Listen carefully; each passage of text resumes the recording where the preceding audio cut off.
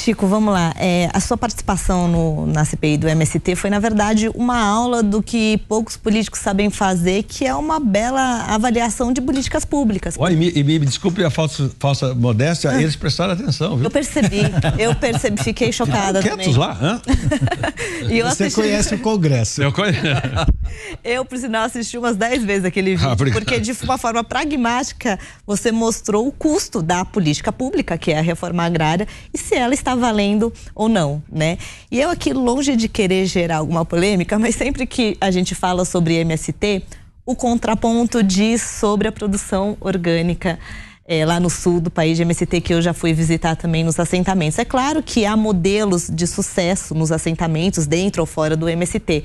Mas você escreveu um artigo muito interessante falando sobre a falácia da produção orgânica e que é bem polêmico, né? Você poderia falar um pouquinho pra gente, para eu poder debater um pouco mais sobre esse assunto?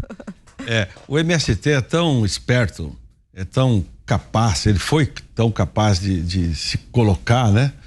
Desde lá de trás, que quando o Brasil estava preparando a Rio+20, que foi em 2012, eles criaram, ou eles entraram na rede agroecológica e o MST virou ecológico também. Então o MST adotou os termos da ecologia e começou a falar de orgânico, etc. E o MST fez parte do núcleo de entidades que organizou o Fórum Social Mundial no Rio+20. Ou seja, eles entraram, o PT estava no governo, eles dominavam o ministério inteiro do governo, o INCRA inteiro, etc. O MST não é forte à toa. Eles ficaram muito tempo recebendo muitas verbas, muito dinheiro em convênios disso, convênios daquilo, para fazer estudos, para levar a educação para o assentamento. Então se criaram centenas de pequenas empresas de assistência técnica, todas ligadas ao núcleo do MST. Então eles ficaram muito fortes, muito grandes. Criaram a história do arroz orgânico. Quando agora mudou o governo, eles voltaram a falar, agora vai voltar o arroz orgânico, etc. Eu escrevi sobre isso, você está falando. Eu fui dar uma estudada, peguei lá minhas fontes, né? Como se eu jornalista fosse. Não sou, mas tenho fontes também, né? Sim. Técnicas, né? Dentro do INCRA, o pessoal da Embrapa, a curriola de agrônomo existe também, né? E eu fui descobrir que era uma farsa. O arroz é orgânico, nem isso é certeza. Porque a certificadora é uma certificadora internacional que repassava, em certo sentido, meio que o serviço para a cooperativa do MST. E aí eu queria saber, mas afinal, quantos caras fazem isso daí? O resultado da conta é o seguinte: existe talvez 17 a 20 produtores de arroz que são arrendatários de lotes do MST. Esses são os produtores, porque viram nisso uma jogada boa de mercado. Tudo funcionou bem para o MST porque a Conab comprava o produto. Entendeu? Então é o seguinte, você topa, vamos falar lá com o pessoal lá de Campinas, vamos fazer um projeto, nós vamos fazer tudo bonitinho, só que esse negócio custa caro, porque não dá muito dinheiro. Não, mas a gente vende pro governo.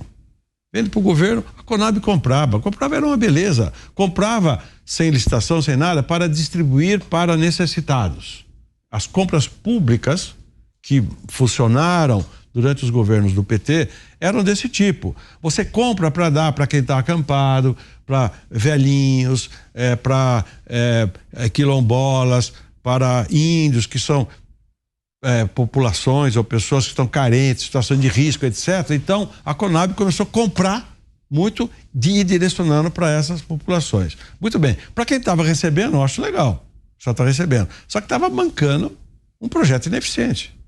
Quando o Temer assumiu, desmontou tudo isso daí, quem desmontou essa máquina toda foi o Eliseu Padilha, gaúcho, que era o braço direito do Temer. Sim. Né?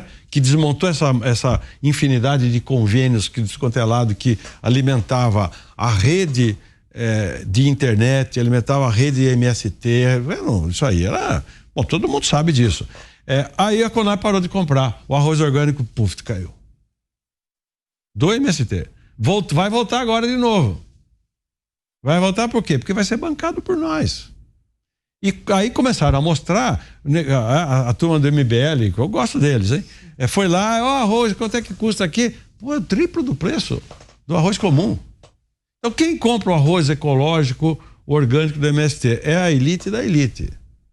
que gosta de comer arroz orgânico do MST. Que sensacional, não? Porque o povo come o arroz que o agricultor produz. E pode comer que não tem defensivo, não tem agrotóxico, não tem nada. Quem prova? A Anvisa. A Anvisa faz análise e não encontra. Então, essa é a realidade.